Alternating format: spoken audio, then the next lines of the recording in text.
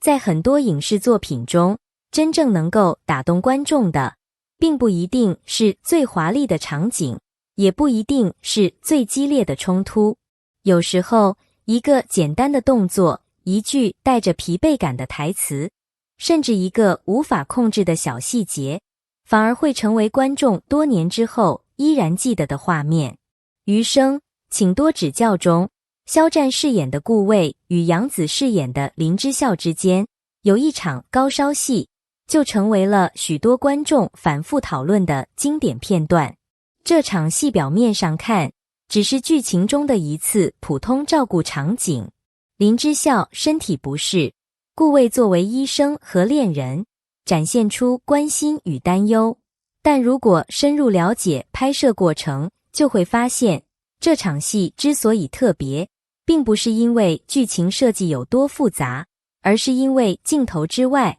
两位演员当时也处在身体状态不佳的情况下。民宿剧情本身是整部剧感情发展的重要阶段，人物关系在这一部分逐渐升温，因此拍摄节奏安排得非常紧凑。剧组需要按照既定计划完成大量内容，时间、场景以及整体进度都不允许轻易停下来重新调整。然而，偏偏在这样关键的拍摄阶段，两位主演的身体状态出现了变化，感冒、不舒服、高烧等因素，让原本需要投入大量情绪的戏份增加了难度。对于演员来说，拍摄一场情感戏，并不仅仅是记住台词那么简单，他们需要控制表情、调整声音、配合镜头，还要准确进入角色的情绪状态。但当身体正在承受不适时，这些控制都会受到影响。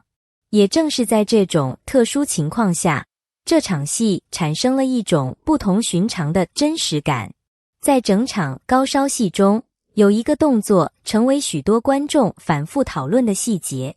那就是顾魏伸手触碰林之孝额头的瞬间。从剧本角度来看，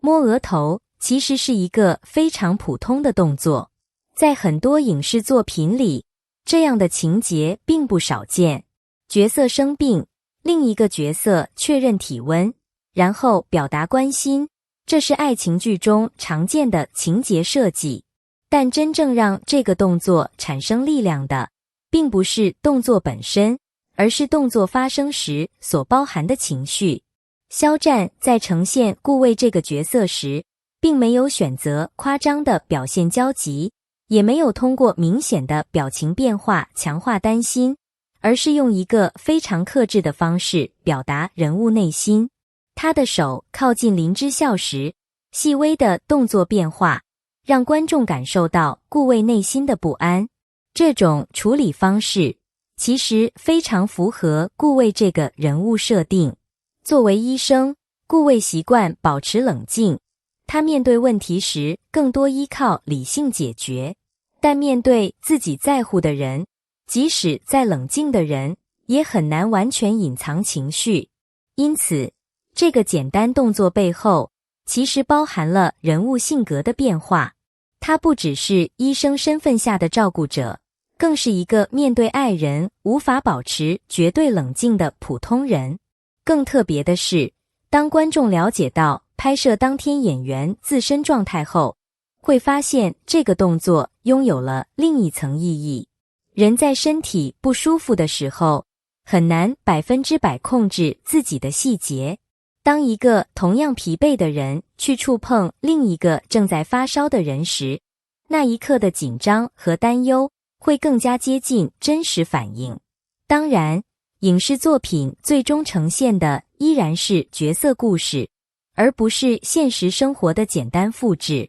但正是演员自身状态与角色情绪产生交汇，才让这个动作拥有超越剧本文字的感染力。很多时候，观众被打动的不是一个动作有多漂亮，而是这个动作是否让人相信。而顾魏摸额头这一幕，恰恰让观众相信，此时此刻，眼前的人真的在关心另一个人。这就是优秀表演最珍贵的地方，让虚构的故事产生真实的温度。除了顾魏细微的动作之外，杨紫在这场戏中的声音表现，也是整个片段能够打动观众的重要原因。很多演员在表现生病状态时，会通过表情、动作或者台词节奏来模拟虚弱，但真正困难的是让观众感觉不到表演痕迹。因为人在生病时，并不是简单的皱眉或者降低声音那么简单。真正的虚弱会影响一个人的呼吸方式、说话速度，甚至影响情绪反应。在这场戏中，林之孝的声音状态并不像平时那样明亮有活力，而是带着明显的疲惫感。有些时候，他说话的速度变慢，声音中带着沙哑，甚至会出现短暂停顿。这些细节看似不起眼，却成为塑造角色真实感的重要部分。因为林之孝不是一个正在表演生病的人，而是一个真正处于身体不舒服状态中的女孩。如果演员只是刻意模仿高烧，很容易让观众感觉到表演痕迹。例如故意放慢语速，刻意表现虚弱，这些方式虽然能够让角色看起来像生病，但却不一定能够让观众产生共情。而杨紫在这场戏里的状态，更像是让身体自然影响角色。她没有过度强调痛苦，而是在细节中展现林之孝的脆弱。这种处理方式也体现了演员对于角色的理解。林之孝本身就是一个情感丰富、性格真实的女孩。当她面对身体不适和顾魏的照顾时，她表现出的不是单纯的柔弱，而是一种在信任的人面前逐渐放下防备的状态。这也是为什么很多观众会觉得这场戏很有代入感，因为现实中的人在生病的时候往往不会保持完美状态，会疲惫，会无力，会需要依靠别人。